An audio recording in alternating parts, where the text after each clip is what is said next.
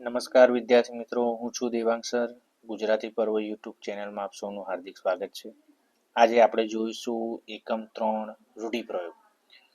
હવે આપણે રૂઢિપ્રયોગ દર વર્ષે તમે ભણતા આવ્યા છો 6ઠ્ઠા ધોરણથી. રૂઢિપ્રયોગ તમે વાપરો છો પણ ખરા અને તમે ડાયરેક્ટ ગોખી નાખો છો. પણ આજે આપણે આ વિડીયો ખાસ છે. આ રૂઢિપ્રયોગ કયા પ્રસંગ અનુસાર વાપરવામાં આવે છે એ પણ હું તમને જોડે જોડે જણાવીશ, એટલે તમને ખબર પડે. સ્ટાર્ટ કરીએ.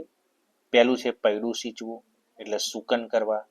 જૂના જમાનામાં જ્યારે જાન નીકળતી ત્યારે ગાડા નીચે શ્રીફળ મૂકવામાં આવતું પૈડા નીચે, અને એ શ્રીફળ ફૂટે અને પછી કન્યાના હાથમાં આપવામાં આવતું હતું, ત્યારેથી આ શબ્દ વપરાય છે પૈડું સિંચવું. 2 નંબર અચ્છો અચ્છો વાના કરવા, બરાબર. સેકન્ડ નંબર લાડ લડાવવા, જ્યારે કોઈને બહુ લાડ લડાવવામાં આવે ત્યારે આ રૂઢિપ્રયોગનો ઉપયોગ થાય છે. ઓછું આવવું એટલે મન દુભાવવું, લાગણી ગવાવી. 4 નંબર સોનાના ઝાડ વાળી જવા, એટલે ખૂબ સમૃદ્ધિ જોવી. ક્યાંય આગળ આપણે બહુ જ પૈસા ભારી ગયા હોય અને પછી એનું વર્તન ચેન્જ થઈ જાય ત્યારે આ શબ્દ પ્રયોગ વાપરવામાં આવે છે, રૂઢિપ્રયોગ. 5 નંબર છે હૃદય હાથમાં ના રહેવું, એટલે કે હિંમત કે ધીરજ ના રહેવી. કોઈ પરિસ્થિતિ આપણે આવી ગઈ હોય પછી એમ વિચાર કે સારું આ ક્યારે આવી જાય, રિઝલ્ટ દાખલા તરીકે તમારું આવવાનું છે તો તમને એમ જ થાય કે ક્યારે પહોંચી જવું જોઈ લો. 6 નંબર છે તલ પાપડ થઈ જવું, એટલે અત્યંત આતુર થઈ જવું. આમ કંઈક વસ્તુની બહુ આમ એક્સાઇટમેન્ટ હોય કે હવે શું થશે. હવે દાખલા કે મારે જે વસ્તુ ગમતી છે એ મમ્મીએ કીધું છે આપવાને જ છે તમને, તો પછી તમે એ વખત એકદમ આતુર થઈ જાઓ, લાવો જલ્દી ક્યારે આવી જાય. કે ધરવ ન થવું, સંતોષ ના થવું, આ તો આપણને ખબર જ છે. દાદ આપવી એટલે હક એટલે લાગો આપવો, આપણે રમઝુ મીરવાળા પાઠમાં જોયું છે. 9 નંબર મંત્રમુગ્ધ બનવું, એટલે દંગ થઈ જવું, આશ્ચર્યચકિત થઈ જવું. ડાગડી ચસકી જવી. 10 નંબર પાગલ થઈ જવું. આ ટીક કરી દો એટલે તમને યાદ રહે. 10 નંબર ડાગડી ચસકી જવી એટલે પાગલ થઈ જવું, બરાબર. આ તળપદી શબ્દ છે ડાગડી, બરાબર. એના ઉપરથી છે પાગલ થઈ જવું, એટલે થોડા પેલા કંઈ જ ખબર ના પડે પોતાને જ કયું વર્તન કરવું છે ત્યારે આ શબ્દ પ્રયોગ, આ રૂઢિપ્રયોગ થાય છે. રઘવાયા થઈ જવું, બહુ જ ઉતાવળા થઈ જવું, બરાબર. કોઈ વસ્તુમાં બહુ આમ સંતોષ ના રાખવો, ધીરજ ના રાખવી અને ફટાફટ દોડવું, એટલે કે એ રઘવાયા થઈ જાય, આપણે એવું કહેતા હોઈએ છીએ. સોપાનો સર કરવા, સિદ્ધિઓ હાંસલ કરવી. પાયાના પથ્થર હોવું, શરૂઆતના કાર્યમાં વિશેષ યોગદાન આપવું. પાયો એટલે આપણને ખબર જ છે કે એના ઉપર જ આખી બિલ્ડિંગ તૈયાર થાય. 14 નંબર છે આંજી નાખવું, એટલે છક કરી નાખવું, પ્રભાવિત કરવું. કોઈને પ્રભાવમાં નાખીએ ત્યારે આ વપરાય છે. 15 નંબર છે છોભીલા પડી જવું, એટલે શરમ અનુભવી. કોઈ કાર્ય આપણે કર્યું છે ને પકડાઈ જાય છે ત્યારે આપણને શરમ આવે છે કે આ કાર્ય મારાથી ખરાબ થયું. આંખ ન ઉઘડવી, સભાન અથવા જાગૃત ન થવું. જ્યારે આપણને કોઈ વસ્તુના ભૂતકાળની અંદર એનો અનુભવ ખરાબ થયો હોય છતાં પણ આપણે એની એ જ વસ્તુની ભૂલ વારંવાર કરીએ ત્યારે આપણે કહેવાય છે રૂઢિપ્રયોગ કે આંખ ન ઉઘડવી. પાઠ ભણાવવો, બોધપાઠ આપવો, કોઈને બરાબર સબક શીખવાડવો.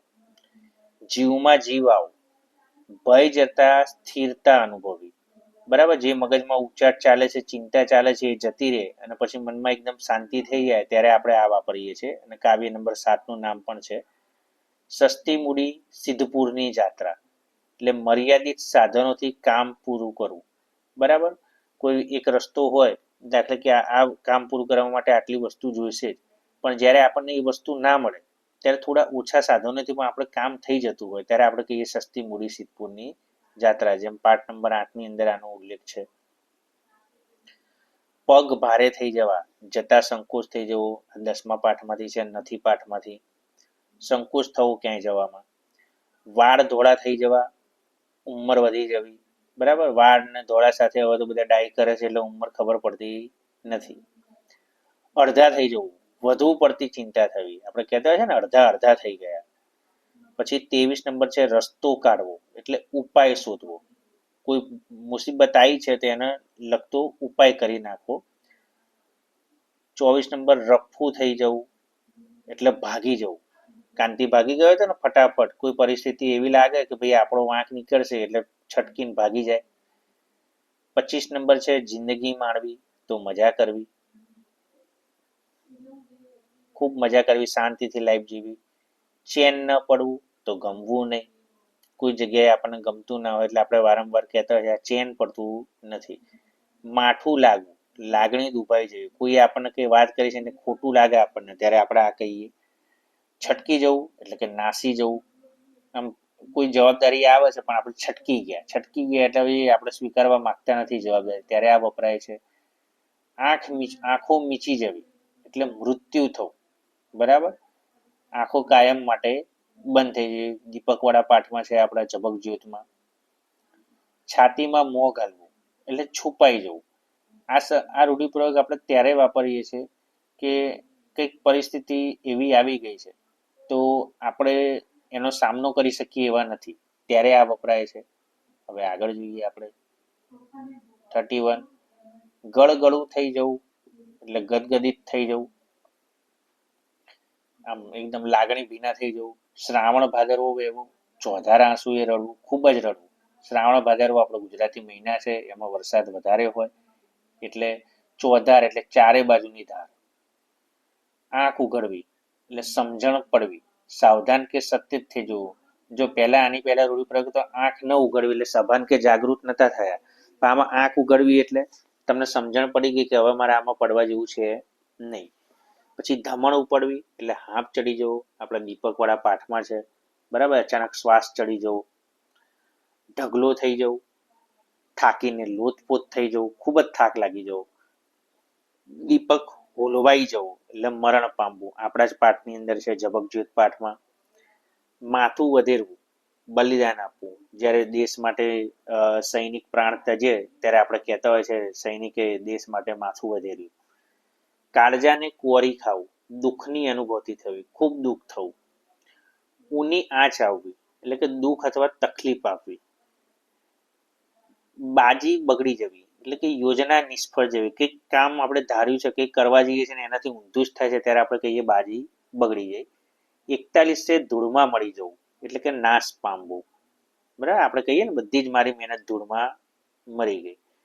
પછી 42 નંબર છે પ્રાણ પરવારી જવા એટલે મૃત્યુ થવું. આંસુ લૂછવું, દુઃખ દૂર કરવું, આપણે 15 નંબરનું ચેપ્ટર છે.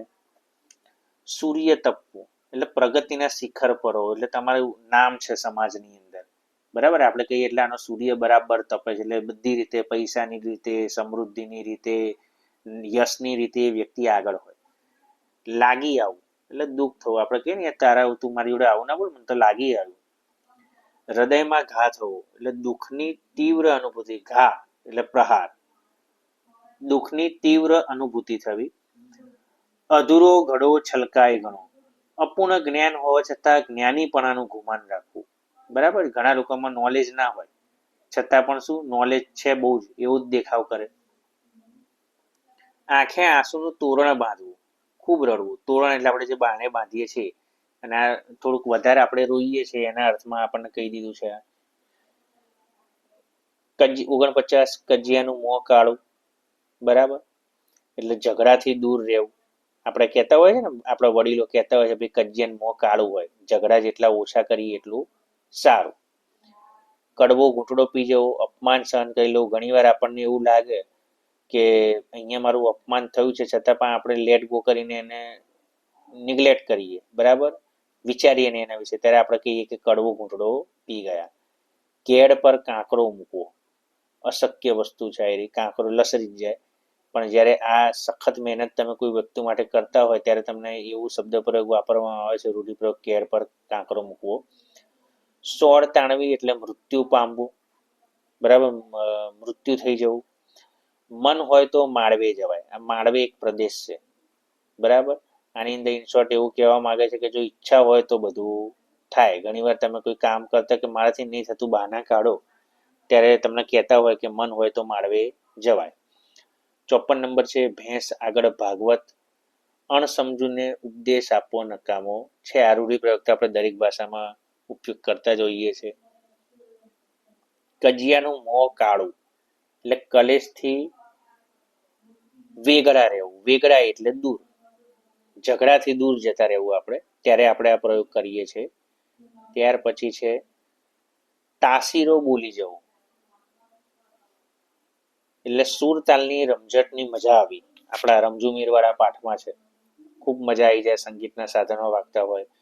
દુખે પેટ અને કૂટે માથું, એક વાતનું દુઃખ બીજી વ્યક્તમાં વ્યક્ત થવું. દાખલા કે બાળકને કોઈએ ખખડાયું છે, બરાબર, શિક્ષકે, તો ઘરે આવીને ગુસ્સો કરશે, બરાબર, શિક્ષક સામે બોલી નથી શક્યો એટલે ઘરે ગુસ્સો કરશે, પોતાની નાની બહેન સાથે ગુસ્સો કરશે, ભાઈ સાથે કરશે.